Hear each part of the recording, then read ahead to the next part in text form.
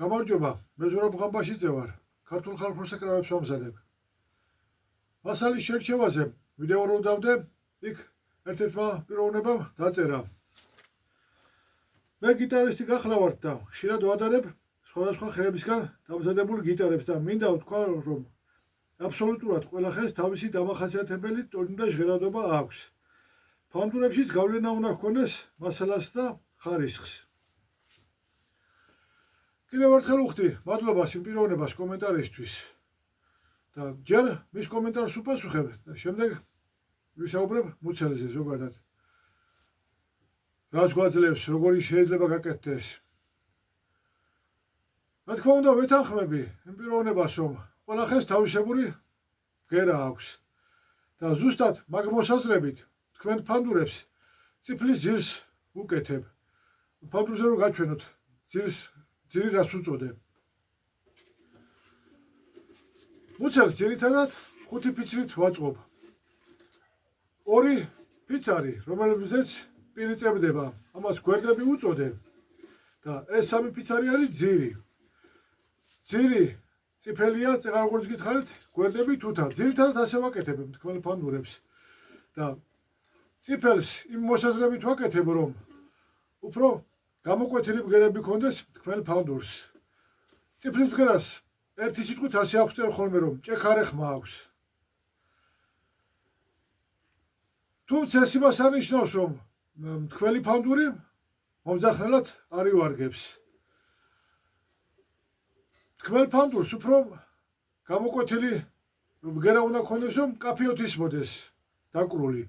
მელოდიას რო უკრავთ, კარგად გავარჩიოთ თითოეული ბგერა. რა თქმა უნდა, ეს საკრავის ხარისხზეც არის დამოკიდებული, როგორ არის გაკეთებული.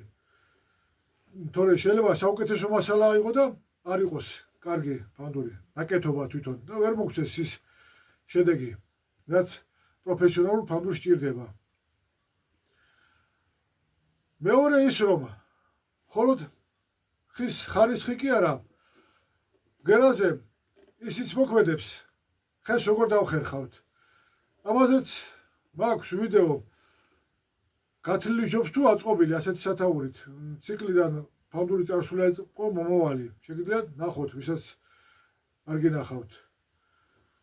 მოკლედ გეტყვით, რომ ხე ხომ მილების კონაა, რომ წარმოვიდგინოთ, ხე მილების კონა და ხომ ასწვრივ მიდის ეს მილი და რხევა ზუსტად ამ მილს მიყვება.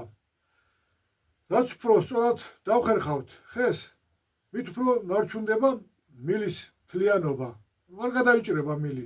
ამიტომაც ვამბობ და ამითაც ვხსნი იმას, რომ გათლილი ფანდური ისეთ ბგერას ვერასოდეს მოგცემს, როგორც ფიცრით აწყობილი ფანდური, რადგან ფიცარს დავხერხავთ, რომ მილი არ გადავჭრათ. სწორ ხეს ავიღებთ, გავხერხავთ და მილი არ გადაიჭრება.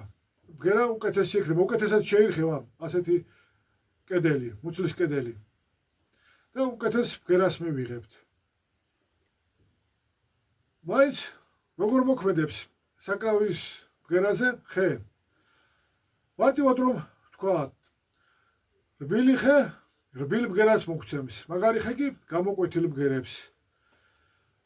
იმ პიროვნებას დაუწერე, რომ ჩემ Facebook გვერდზე ქართული საკრავები ნახე გადაცემა, ფანდურებს მოусმინოთ მე-4 ნაწილი. იქ 2 ფანდურს ვუკრავ. მუცელი სხვადასხვა ხე არის. 5 ფიცარი ერთი ფანდურის ერთი ხე არის, მეორე ფანდურის სხვა ხეა. ტარიც, პირიც, ჯორაკებიც კი ერთნაირი გავაკეთე, რომ ბგერაზე არ ემოქმედა. მაინტერესებდა, რაც გვაძლევს ესა თუ ის ხე, ბგერას როგორ უცვლის. დაახლოებით 8 ადამიანმა მოვისმინეთ და დასკვნა, თუ არ იცი რა ხის ფანდურს უსმენ, ვერ გაარჩევ, ვერც მიხვდები. მე 2 პიროვნებასთან საუბრობდი ამ საკითხზე, ცალ-ცალკე ვესაუბრე და მათაც დამიდასტურეს და ერთ-ერთმა ისიც მითხრა, რომ ვიღაც ფანდურს უკრავდაო, მეგონა თუთის ფანდური იყო, თურმე კაკლის ყოფილაო, თუ პირიქით იყო, აღარ მახსოვს, კარგი ხნის წინ იყო. მე მგონი კაკლის ფანდური ეგონა და თუთის აღმოჩნდა. ანუ იგივე გავიმეორებ, რომ თუ არ ვიცით რა ხის ფანდურს უსმენთ, ვერ გავარჩევთ.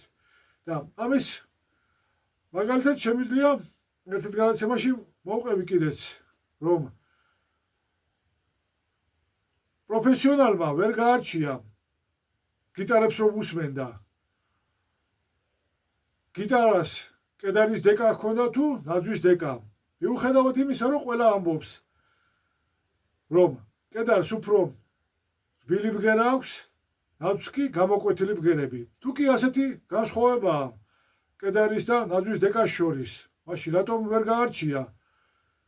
ზოგჯერ მიხვდა, ზოგჯერ შეცდა. ანუ დასკვნა ის, რომ ვერ ხვდებით რა ხის საკრავს უსმენთ. თან ერთი რამ გამახსენა კიდე. ინტერნეტში ვიდეოებს უყურებდი 2011 წლიდან რომ განმაახლეს საკრავების კეთება. გაგვებული რომ მქონდა სტრადივარიუსის ვიოლინო იქ, აბატის ვიოლინო, კარგი ვიოლინოებია, გიტარა კარგია, რომ მათი გამოცდილება ამეღო და კარგი ფანდური გამეკეთებინა. ვამბობ ხოლმე რომ მინდა ისეთი საკრავები გავაკეთო, ზოგადად ქართული საკრავები, რომ ნებისმიერი ქვეყნის ეროვნულ საკრავს ღირსეულად ამოუდგეს გვერდით. და ნახავ მეთქი როგორ აკეთებენ ამ საკრავებს. იმ გამოცდილებით მეც გავაკეთებ ფანდურებს, ბანებს, ზოგადად ქართულ საკრავებს, მაგრამ რომ უყურე, ყველა თავისებურად ამბობს, ყველას თავისი სიმართლე აქვს და ურთიერთსაწინააღმდეგოსაც კი ამბობენ. ხელი ჩავიქნიე თქვენ საკრავებს მიხედეთ მეთქი და მეორე ის რომ ფანდურს მაინც კი ვიოლინოც, გიტარაც, მაგალითად ტამბურისებრი საკრავები, საზი, ანუ სხვა ნებისმიერი ყელიან მუცლიანი საკრავი ხე არის და ხით ვიღებთ ხო ბგერას. ფანდურს მაინც თავისებური ბგერა უნდა ქონდეს და თავისებური მიდგომა ჭირდება. და მთავარი მიზეზი მაინც ის იყო, რომ ურთიერთსაწინააღმდეგოს ამბობენ. ამაზე ალბათ ცალკე სხვა გადაცემაში ვისაუბრებ. და შემდეგ უკვე ასეთ ვიდეოებს უყურებდი. რა სიტყვენ პროფესიონალი დამკვრელები საკრავისგან. რა თქმა უნდა, ჩემი აზრებიც მქონდა ზოგი რამ მათი აზრებით მოვისმინე. კი, შემდეგ იგივე დასკვნამდე მე მივედი, მაგრამ ხო უკვე ვიცოდი, რომ მაგალითად რო ავიღოთ ყველა ბგერა გამოკვეთილად ერთნაირად ძლიერად უნდა ისმოდეს, ეს თქმელ ფანდურზე მithქვამს კიდეც, რომ არ უნდა იკარგებოდეს რომელიღაც ბგერა. დღესაც იშვიათად, მაგრამ მაინც მაინტერესებს ხოლმე რამე სიახლე თუ არის და ეს ვიდეო რომ გითხარით, რომ კაცმა პროფესიონალმა ვერ გაარჩია კედარის გიტარა, კედარის დეკა ქონა გიტარას თუ ნაძვის დეკა. ახლა ხანს უცქირი, ალბათ ნახევარი წლის წინ. თუმცა შეიძლება ვინმე როგორ გამოიცნოს საკრავის ხე, რა ხით არის. რადგან გიტარისტია ეს პიროვნება, ამიტომ გიტარაზე ვისაუბრებ, რომ ყველა წარმოებელს ხო თავისი კლასები აქვს გიტარების და არის პირობითად რო ვთქვათ, C10 რაღაც საკრავი, ხო? არის თუ არ არის ასეთი სახელი საკრავი, არ ვიცი, მაგრამ პირობითად ვიცით, რომ ამ გიტარის გვერდები და ზურგი არის მაჰაგონი, დეკა არის ნაძვი და რაღაც თავისებური ბგერა აქვს ალბათ ამ სხვადასხვა ხარისხის საკრავს. და ის ბგერა რო იცნო, იმ საკრავისთვის დამახასიათებელი, მიხვდება, რომ მაჰაგონის გიტარა არის. ალბათ ასე იცნობა საკრავები, თუმცა კიდე ერთი რამ გამახსენდა, ზოგი ამბობს, რომ საკრავი კი არა დამკვრელი იცნობაო. კი ბატონო, ალბათ ასეც არის, რადგან ყველა დამკვრელს ხო თავისებური ხელი აქვს, თავისებური ტექნიკა და თავისებურად უკრავს ყველა. და იცნობა დამკვრელი. ეს მისი კომენტარის პასუხად. ახლა კი მუცელი რას გვაძლევს? სიმის რხევას ჯორაკი პირს გადასცემს. პირი რომ ირხევა, ბგერას წინაც გზავნის მსმენელისკენ და უკანაც. უკან წამოსული ბგერა, მოდი ასე ვთქვათ, ჰაერში რომ არ გაიფლანგოს. ამიტომ მუცელს უკან ტიხარი უნდა დავახვედროთ, რომ ტიხარი ბგერას აირეკლავს და მსმენელისკენ წარგზავნის. ბგერის არეკლა ერთია, მაგრამ ფანდურს უფრო ძლიერი ხმა რო ქონდეს, მუცელი კარგად უნდა ირხევოდეს. მუცელი კარგად რომ ირხევოდეს, ამისთვის კედელი უნდა დავათხელოთ. თუმცა ზედმეტი არ უნდა მოგვივიდეს, რადგან პირი რომ ირხევა, ხომ მუცელსაც არ ხევს. მუცელი თუ დაგვითხელდა, კი არ შეირხევა, არამედ იფართხალებს, ასე ვამბობ ხოლმე. თხელი ვერ გაუძლებს იმ დატვირთვას. კედლის დათხელებაზე კაკოლა შხარაშვილის მონათხრობი გამახსენდა. ერთხელაც ჩავედი და მომიყვა რომ ამ რამოდენიმე ხნის წინ კაცი მოვიდა ჩემთან, ჩოგური მოიტანა და მეუბნება, კაკო, მიშველე რამე ხმა არა აქვსო. გათლილი ჩოგური იყო. მუცელს თითო დავაჭირე, იზნიქებოდაო. ძალიან თხელი იყო მუცლის კედელი. და ამიტომ სუსტი ბგერა ქონდა, სუსტი ხმა ქონდა იმ ჩოგურს. პირი ავაძრე, ნახერხი და წებო ერთმანეთს ჩაურია და შიგნიდან გამოუსვი მუცელს, გავასქელე. მუცელი ასე გამაგრდა მუცელი და ბგერაც რა თქმა უნდა უკეთესი მიიღო ჩოგურმა. იმის შიშით რომ კედელი არ დაგვითხელდესო, არც ძალიან სქელი არ უნდა დავტოვოთ, რადგან კი შეიძლება ლამაზი ბგერაც ქონდეს სქელი კედლით ფანდურს, მაგრამ ჩუმი იყოს ასეთი საკრავი. მე კედლის სისქეს 3.5 მმ-ს ვაკეთებ და ეს რაზეა დამოკიდებული. მაგარი ხე, მაგალითად წიფელი, თუთა, ნეკერჩხალი 3 მმ-ს ვაკეთებ კედელს. მურყანი კი დასავლეთში თმელას უწოდებენ, ხომ? მურყანი კი ცოტა უფრო რბილია ვიდრე ეს მაგალითად წიფელი და 3 და 3.5 მმ-ს ვაკეთებ. ესეც სიმკვრივის მიხედვით ცოტა მკვრივი თუ არის მურყანი, უფრო თხელ კედელს უფრო ვათხელებ ფიცარს. მაგალითად კაკალი შუალედურია და 3 მმ, 3 მმ-დან 3 და 3 მმ-მდე ასე ვათხელებ კაკლის ფიცარს. ხის სიმაგრის მიხედვით ვათხელებ ფიცრებს, რომ სათანადო ბგერა მოგცეს ფანდურმა. ამას გარდა მუცელი ბგერას სხვაგვარად აძლიერებს.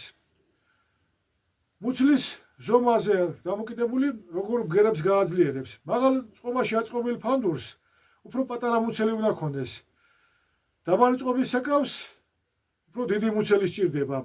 მაგალითად ბანი ფანდური მომყავს ხოლმე. ბანს ესეთი დიდი მუცელი იმიტომ აქვსო, დაბალი ბგერები სათანადოდ გააძლიეროს. სხვადასხვა წყობის ფანდურებისთვის დიდ პატარა მუცელი ეს ორკესტრისთვის უფრო მნიშვნელოვანია. მithქვამს კიდე და ისევ გავიმეორებ, რომ მუცლის ზომა სხვადასხვა ბგერას უაძლიერებს, ტემბრალურად სხვადასხვანაირ ბგერას ვიღებთ და ეს ორკესტრის საერთო ჟღერადობას გაამდიდრებს, გაალამაზებს. თუმცა, მაგალითად, სასწავლო ფანდურისთვის სხვანაირად ვუდგები საკითხს. მანამდე მუცელი უფრო დიდი იყო. დიდი მუცელს ვაკეთებდი, სასწავლო ფანდურსაც უწოდებ. სიგრძეს 36 სანტიმეტრს ვაკეთებდი, სიგანეს 19 სანტიმეტრს, მაგრამ დავინახე, რომ ბავშვები თითქოს შემოხვეული არიან მუცელზე, შემოხვეული როგორ. მუცელი დიდი როა, ხო უნდა დაწვდნენ სიმებს და შეიძლება ასე ვთქვათ, იღლია შემოჭრილი აქვთ ხოლმე ფანდურები. დიდია მუცელი. და ამიტომ ოდავ დავაპატარავე, დავამოკლე კიდეც და ვიწროც არის მასთან შედარებით. ეხლა ეს სასწავლო ფანდურები არის 34.5 სიგრძე და 18 სანტიმეტრი სიგანე. სასწავლო პირობითად უწოდებ, თორემ ყველას ურჩევ ხოლმე, თუ პროფესიონალი ზონაზე არ გინდა დაკვრა, ძალიან კარგი ფანდურებია, სცენაზეც შეგიძლია გამოხვიდე სიმღერის მომძახნელი ფანდურათაც კარგია და მელოდიებით შეგიძლია დაუკრა. თუმცა, თქმა უნდა, ისე კარგ ბგერებს, ისეთ შედეგს ვერ მოგცემს, როგორც თქვენი ფანდური, მაგრამ მაინც შეგიძლიათ კარგად დაუკრათ მელოდიებით და თავისთავად სიმღერასაც კარგად უბანებთ. ფანდურს თუ მოუფრთხილდებით, მთელი ცხოვრება გექნებათ. მithქვამს კიდეც, რომ ეს იმხელა ზომა არის, რომ არც ბავშვისთვის არის დიდი და არც დიდისთვის არის პატარა. მთელი ცხოვრება გქონდეს ფანდური. ზოგის წარმოდგენით დიდი მუცელი უკეთესია. ეს რატო ვამბობ? მოსულან ჩემთან, ჩემი ფანდური რო უნახავთ, აი ეს ფანდური უფრო დიდი რო აქვს იმას ფანდური, ხო წრეზე რო დაყავთ ბავშვები, სხვადასხვა ოსტატის ფანდურები აქვთ და დაინახა სხვა დიდი ფანდური აქვს, ან ყელი გრძელი აქვს, გრძელი ტარი რო აქვს იმ ფანდურს. დიდი ფანდური უკეთეს არ ნიშნავს. დიდი მუცელი რა, კომბალი ხომ არ არის, ვიღაცას გადაკრა და კარგად დაარეტიანო. როგორ ბგერას გაძლევს, თავარი ის არის. მოდი სანამ მუცლის ზომებზე გეტყვით, მანამდე ამოგიკითხავთ გლეხები როგორ მუცელს აკეთებდნენ, უბრალოდ მუცლის ზომებს რამ ხელას აკეთებდნენ. ეს არაყიშვილის წიგნიდან ამოვწერე, ხალხური სამუსიკო საკრავების აღწერა და გაზომვა 1940 წელს გამოსცა წიგნი. მუზეუმში დაცული საკრავებია აღწერილი. ხევსურული ფანდური დიდი ასე უწერია 46 სანტიმეტრი სიგრძე, 16 სანტიმეტრი მუცლის სიგანე ყველაზე განიერი ადგილი ავიღებ. ტართანაც უწერია სიგანე და ბოლოშიც, მაგრამ ყველაზე განიერი ადგილი ავიღებ. და მუცლის სიმაღლე 4 სანტიმეტრი ნახევარი.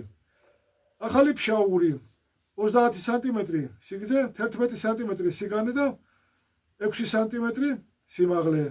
ქართლ კახური 33 ნახევარი, 10 სანტიმეტრი და 7 სანტიმეტრი სიმაღლე. 102 მილიმეტრი უწერია სიგანე, მაგრამ 2 მილიმეტრი არაფერია, ხო და სიმაღლე 68 მილიმეტრი, ანუ 7 სანტიმეტრი რო ვთქვათ. ქართლ კახური ესეც შვილდისებრი ასე უწერია 28 სანტიმეტრი, 15 სანტიმეტრი და 83 მილიმეტრი, ანუ 8 სანტიმეტრი.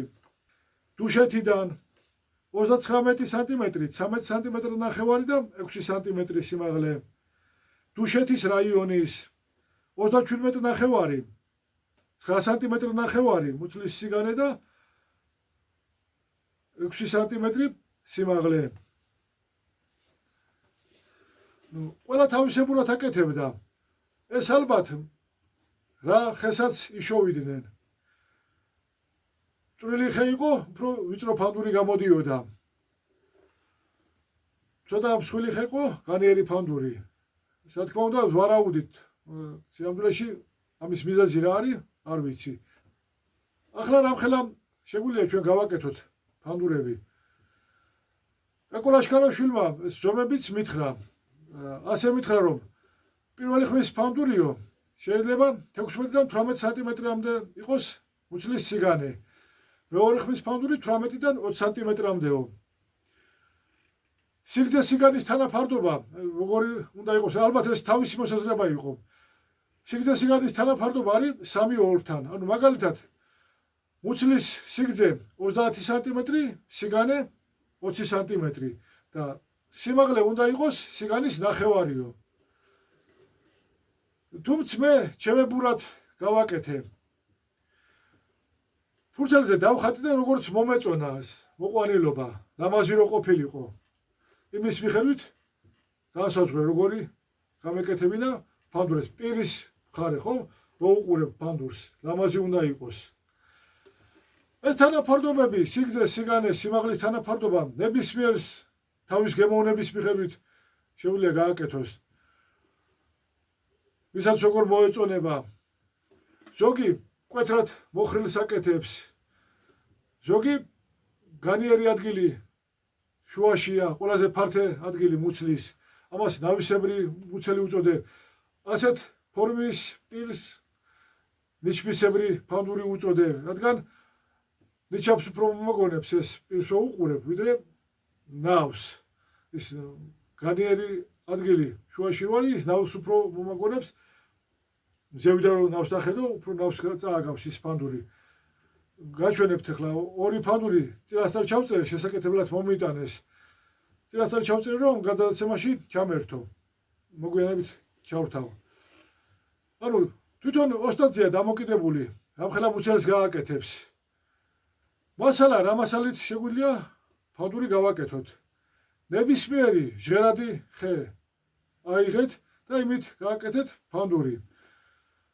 ჩვეულებრივ უმეტესობამ ხო იცის, რომ თუთა არის კარგი. თუმცა რამოდენიმე შეუთხარი თუთა საქებელ მეთქი რას ამბობ, ვერ ხვიჯობიაო. ცაცხვიც კეთდება, მურყანი იგივე თხმელა, წიფელი. ზოგი წიფელს იწუნებს, მაგრამ ძალიან კარგი ბგერა აქვს წიფლის ხესაც, წიფლის საკრავი, ლამაზი ბგერა აქვს წიფლის საკრავსაც. მაჰაგონი გვერდებით გავაკეთე ფანდური, ინდური ხევიშოვი არ ვიცი რა ხე არის, გავაკეთე, კარგი ფანდური გამოვიდა. კიდევ ერთი არ ვიცი ზუსტად რა ხე არის, მაგრამ ფოტოებით რო შევადარე, არყს გავს და ვამბობ ხოლმე რომ არყის ფანდური გავაკეთე, კარგი ფანდური გამოვიდა, მსხალი შეიძლება გაკეთდეს. ანუ ნებისმიერი ხე აკაციის გიტარებიც არის, რომ მეგონა რომ არ კეთდება საკრავი. ასევე ლექსში არის მუხის ფანდური ნახსენები, ფათალო, იგივე სურო, ზოგი ამ ფათალოს ფანდურს აქებს, ბზის ფანდური, სულხან სამაურბენიას უწერია ბზის ორძალი ბზისა. მოდი სანამ მუცლის გაკეთებაზე ვისაუბრებ, მანამდე იმ ორ ფანდურს გაჩვენებთ. დაახლოებით აქედან რომ გავზომოთ ბოლომდე, მუცლის სიგრძე არის 350 მილიმეტრი. ვითქვამს რომ საკრავის მკეთებელი ოსტატები მილიმეტრებით უნდა ზომავდნენ, მილიმეტრებით საუბრობდნენ, მაგრამ რადგან ჩვეულებრივი ადამიანისთვის მილიმეტრებით თქვა რთული აღსაქმელია, რამ სიგრძე არის, ამიტომ ისევ სანტიმეტრებით ვიტყვი. სიგრძე 35 სანტიმეტრი ამ მუცლის. სიგანე ყველაზე განიერ ადგილს 19.5 და სიღრმე არის 11 სანტიმეტრი. მაგრამ ამ მუცელს ესეა გამოთვლილი. მართიკუთხია. და ამიტომ გული დიდი აქვს. გული გახსოვთ რომ მუცლის ღრუს უწოდეს გლეხება და მეც რა თქმა უნდა ასე დავტოვე. გული უფრო დიდი აქვს და ისიც მithქვამს რომ დაბალი წყობის საკრავებისთვის მუცელი უფრო დიდი უნდა იყოს, რომ რა თქმა უნდა გული შესაბამისად დიდი იყოს. ასეთ ფანდურებს თბილისში ივანიძის ქუჩაზე აკეთებდნენ. მუცელი წიფელია. ამ საკრავებს ჩონგურსაც, ბანი ფანდურსაც წიფელს აკეთებდნენ მუცელს. տարიც რა თქმა უნდა წიფელი არის. ამ მუცლის სიგა ეს უფრო ნავისებრი ფორმა არის. ნავისებრს რატო ვამბობ? ყველაზე განიერი ადგილი დაახლოებით შუაშია და ნავს უფრო მოგვაგონებს, ნავს ზევიდან რომ დახედო. ამ მუცლის სიგრძე ალბათ გამოჩნდება. თითი დავდე, სადაც მუცელი მთავრდება. აქედან ბოლომდე არის 36 სანტიმეტრი. სიგანე ყველაზე ფართი ადგილზე არის 17 სანტიმეტრი, სიღრმე კი 10 სანტიმეტრი. 7 ფიცრით არის მუცელი აწყობილი და ასე უფრო მომრგვალებულია. ესეთი ფანდურები მინახავს ზოგი 18 სანტიმეტრით სიგანე, 16 სანტიმეტრით ოდნავ მოკლეც. ყველა ზუსტად ერთნაირი ზომისა არ იყო. საგულე ჩემეული გავაკეთე, ჯერ ჯორაკის ადგილი მოვნიშნე, სად მოუწევდა. იცით ხომ? მჟღერის სიგრძეს მე-12 ხიდი შუაზე ყოფს. ანუ რამდენიც სათავიდან მე-12 ხიდამდეა, იმდენივე უნდა იყოს ჯორაკამდე მე-12 ხიდიდან. და შემდეგ უკვე გამსაზღვრე, სად უფრო ლამაზი იქნებოდა. პირველი ფანდური მე როგორ გავთალე? სოფელში საცხვის მორი ვიშოვე. შუაზე გავხეთქე და ნახეთ კი გავაშალაშინებინე.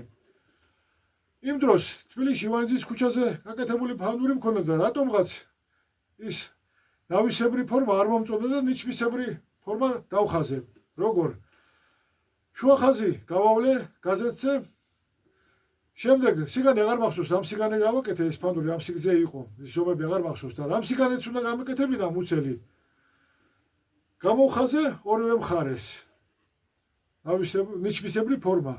და შემდეგ რომელიც უფრო მომეწონა, გავკეთე და იმ ხაზზე გამოვჭერი მუცელი. გადავშალე სიმეტრიული რო ყოფილიყო მუცელი. დავდე გაშალაშინებულზე და შემოვხაზე ფანქრით. დავიწყე ჯერ გარედან გამოვთალე და როგორ გამოვთალე? ჯერ გვერდები გამოვიყვანე ორივე მხარე ხაზზე და შემდეგ სიმეტრიულად რო ყოფილიყო, ანუ ყველაზე განიერი ადგილი, სადაც არის, მაგალითად, ტარიდან რო უწევს. ასევე ძირიც რომ ზუსტად ყოფილიყო სიმეტრიულად. რომ გამოთვლილი მქონდა გვერდიდან. შემდეგ თამთვლიდთან ვაკვირდებოდი. აქედანაც ესე მიყვებოდი. და სიმეტრიულად გამოვიყვანე მრგვლად ეს მუცელი. დაახლოებით 9 წრე იყო. შემდეგ ამოვგულე. ამოთხრა დავიწყე, თეგი მქონდა, მე მგონი ზუსტად აღარ მახსოვს, რითი ამოვიღე ეს პირველი ფანდური. კედლის სისქე ვეცადე რომ 3 მმ-ზე დამეთხელებინა მთლიანად ეს საიდან ვიცოდი. ჯარში ერთმა ოფიცერმა გაიგო რომ ფანდურზე უკრავდი და მითხრა რომ ბიჭობაში სახელოსნოში მუშაობდიო. ახსოვდა მხოლოდ ის რომ კედელი 3 მმ-ზე ვათხელებდი თუ მჟღერის სიგრძეს მე-12 ხიდი ზუსტად შუაზე ყოფსო, მეზურა თქვა მან. საგულე ერთი მთლიანი ხრელი იყო, ხელით მაჩვენა. აღარ მახსოვს ამ ხელა იყო ეს ხრელი.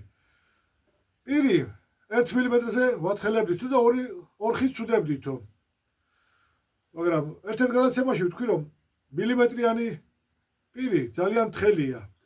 მით უმეტეს ბავშვებისთვის, ბავშვები ცელქები არიან და ადვილად ოდნავაც რომ მოხდეს რაღაც, ადვილად ჩატყდება პირი. თუნდაც მაგიტომ არის ძალიან თხელი ეს მილიმეტრიანი პირი.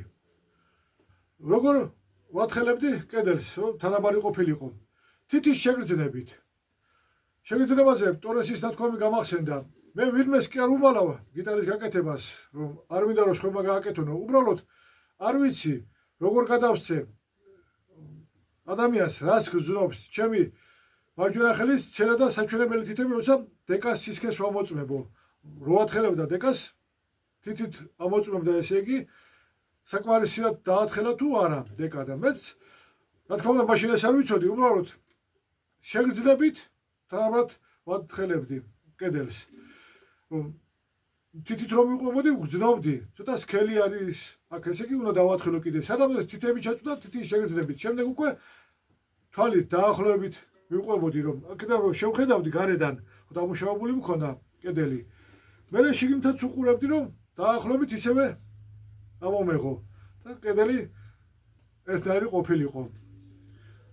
შემდეგ ასეთი რამ გავაკეთე. მაგიდაზე დავდე ფანდური და სარტყელიდან გავზომე. სარტყელი არის ეს ზოლი, რაზეც პირს ვაწებებ. მაგალითად, პირობითად რო ავიღოთ 10 სანტიმეტრი გამოვიდა სახაზავი რო დავდე. მაგიდიდან სარტყელამდე. დავადე ან სწორი ჯოხი, ან სხვა სახაზავი და ჩავზომე. 10 სანტიმეტრი თუ არის სიმაღლე, ჩვენ 9 სანტიმეტრი და 7 მმ გვჭირდება, ხო, სიღრმე, გულის სიღრმე. ჩავზომე, ესე იგი, მაგალითად სქელი არ და ესე იგი კიდე უნდა დავათხელო და ასე ვათხელებდი უკვე. და უფრო ადვილია განსაზღვრა, როცა დაბლა დაათხელებ ზუსტად. უფრო კარგად საზღვაოს თვალი. მაგალითად ამ ადგილზე როგორი რამ სისქე უნდა იყოს, როგორ მოეჭერა რომ თანაბარი სისქე იყოს. შემდეგ მოწყობილობა გავაკეთე, კრონცირკული ავიღე ნიმუშად, კრონცირკულის მსგავსი. არის მოძრავი იყო მარწუხივით, რომ გაჩვენოს უცბად დავხაზე. ასეთი რამ ეს უფრო მეტი იმიტომ არის ახლი რომ შეუძლეს ძირამდე შესულიყო და გამეზომა იქაც კედლის სისქე და აქ მივადუღე სახაზავებით ეს მოძრავი ადგილი. წვერები ზუსტად ეტებოდა ერთმანეთს და როგორ გავსაზღვრე. 3 მმ სისქის ფიცარი ჩაუდე, რომ მივიტანე ერთმანეთთან სახაზავზე გავავლე ზოლები. ნუ აქ არის 3 მმ, მე 4 მმ სისქის ფიცარი, 5 მმ სისქის ფიცარი და ხაზავდი იქ. ჩავზომე მაგალითად მაქვს 5 მმ-ზე მეტი კიდე, ესე იგი უნდა დავათხელო, ჩავზომე 5-სა და 4 შორის არის, ესე იგი 4 მმ ნახევარია კიდე ამოვიღე და ასე უფრო ზუსტად ვადგენდი კედლის სისქეს.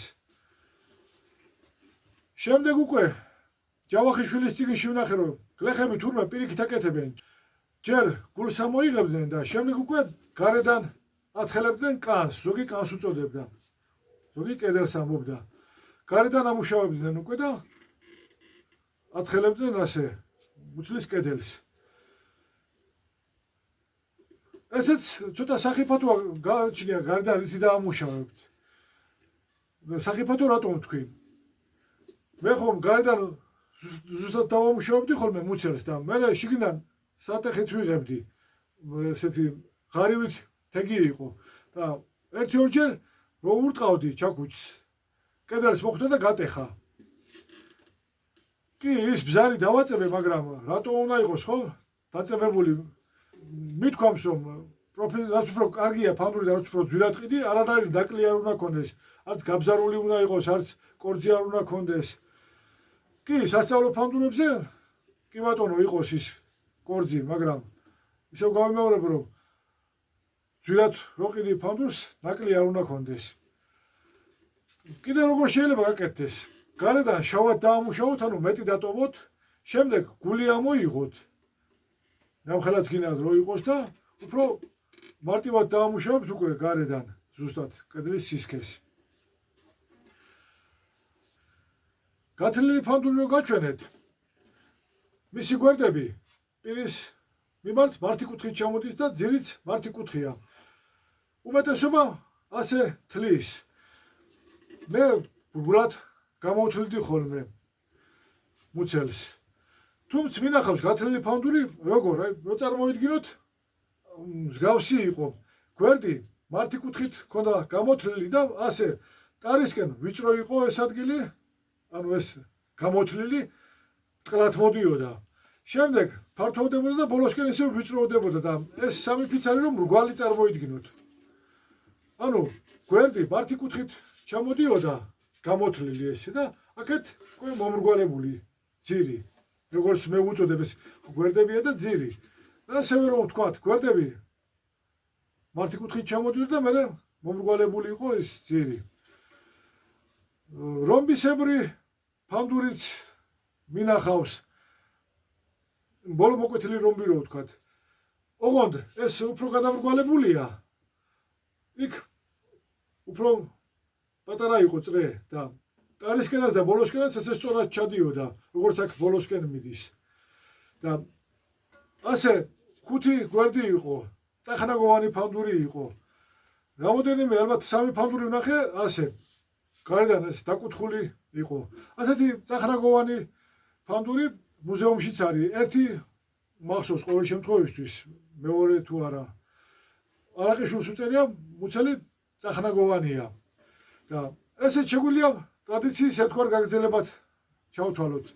5 ფიცრით აწყობილი მუცელი წააგავს იმ გათლილ მუცელს. თუმცა რა თქმა უნდა 7 ფიცრით აწყობილი მუცელის დარღვევა არ არის. გიდაც 8 ფიცრით რო აიწყოს ფანდურის მუცელი. მე ოდნავ შეწეულს ვაკეთებ გვერდებს და რატომ?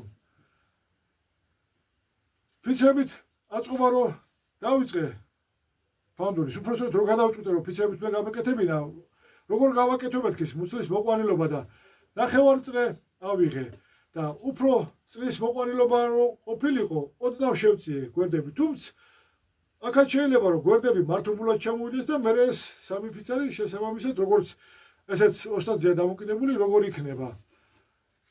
ეს სამი ფიცარი რა კუთხით იქნება.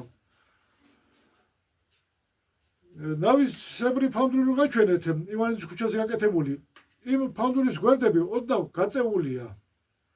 და რატომ? ამ ფანდურის მუცლის სიგანე ხომ 18 სანტიმეტრია. სიმაღლე არის 9 სანტიმეტრი, ანუ ნახევარი წრე მაქვს აქ. და ივანეს ქუჩაზე გაკეთებული საკრავების მუცელი, კიდე ფანდური ყოფილიყო ჩონგური ბანი, უფრო მაღალი არის. თქვი კიდე ხომ სიგანე, იმ ფანდურის მუცლის სიგანე 17 სანტიმეტრია, სიმაღლე 10 სანტიმეტრი. ანუ ნახევარი წრე არ არის, უფრო მაღალია მუცელი. და გამოწეული რომ არის გვერდები, რა არის ეს? წრე რო შუაზე გავჭრათ, ესე ნახევარი წრეს ვიღებთ ხომ? და წარმოსახვით ცენტრს ზევით რო გავჭრათ წრე, გვერდები უნდა გადმოვიდეს, ხო? და იგივე მიიღეს ალბათ მუცლით. ცენტრს ზევით გაჭრილი წრე გამოიყვანეს მუცლით და ალბათ ამიტომ არის ეს გვერდები გამოწეული. ეს რა თქმა უნდა, ჩემი ვარაუდი ეს რომ დავინახე რომ გვერდები გამოწეული აქვს საკრავებს. ალბათ ამიტომ გააკეთეს მეთქი. რომ იქაც წრის მოყვანილობა მიიღო მუცელს, წრის მოყვანილობა რომ გაემეორებინათ. თუმცა 5 ფიცრიან ფანდურზე შეგიძლიათ 20 გაწიოთ გვერდები. ამით არაფერი შეიცვლება. გინდა 20 შეწეული იყოს, გინდა მართი კუთხით ჩამოდიოდეს, ეს არაფერს ცვლის. კიდევ რა გამახსენდა, მეგონა რომ ნიჩბისებრი ფორმის და ნავისებრი ფორმის მუცელი ბგერას ცვლიდა და გავაკეთე ორი ფანდური. ტარიც, მუცლის ფიცრებიც, ასე ვთქვათ, დედამამიშვილები იყო, პირიც ერთ და იგივე იყო, რომ ბგერაზე არ ემოქმედა. გავაკეთე ერთი ფანდური ნავისებრი მუცელი, მეორე ნიჩბისებრი. დაუკარიდა არანაირი სხვაობა. ერთნაირი ბგერა მივიღე. ანუ ის ჩემი წარმოდგენები რომ მუცლის ფორმა ბგერაზე მოქმედებს, ცდარი აღმოჩნდა. ბგერაზე მოქმედებს მუცლის ზომა, რა თქმა უნდა, ხე, რა ხით არის გაკეთებული, ჟღერის სიგრძე და აუცილებლად სიმი. და რაც უფრო კარგია საკრავი, სიმის ცვლილება მით უფრო მეტად იგრძნობა, უფრო ჩანს, ასე ვთქვათ. და ისე ცვლის ბგერას სიმების შეცვლა, რომ სულ სხვადასხვა საკრავი შეიძლება გვეგონოს. ანუ შევცვალეთ სიმი და იგივე საკრავი რომ მოვასმინოთ ვინმე სიტყვის არა, ეს სხვა საკრავია, სხვა ფანდურს უკრავ. ბოლოს მოკლედ ვიტყვი. რა მოქმედებს საკრავის ბგერაზე და მუცელი ისთვის ჭირდება ზოგადად საკრავს. მუცელი რით არის გაკეთებული, ეს საკრავის ტემბრზე მოქმედებს. მარტივად რომ ვთქვათ ისევ, რბილი ხე რბილი ბგერას გვაძლევს, მაგარი ხე გამოკვეთილ ბგერას გვაძლევს. ტემბრზე აგრეთვე მუცლის ზომა მოქმედებს და არა მისი მოყვანილობა. მაგარი წყობის ფანდურს უფრო პატარა მუცელი უნდა ქონდეს, დაბალი წყობის ფანდურს უფრო დიდი, შედარებით დიდი მუცელი. მუცელი ტიხარია, რომელიც ბგერას ირეკლავს და უკან წამოსულ ბგერას სვენელისკენ გზავნის და აგრეთვე თუ კარგად არის მუცელი გაკეთებული, უფრო ძლიერი ხმა მიდის სვენელისკენ. ეს არის მუცლის დანიშნულება. რა ბგერა გვინდა მივიღოთ. ეს ყველაფერი უნდა გაითვალისწინოს ოსტატმა საკრავის გაკეთებისას. დღეს კი დაგემშვიდობებით. მომავალ შეხვედრამდე.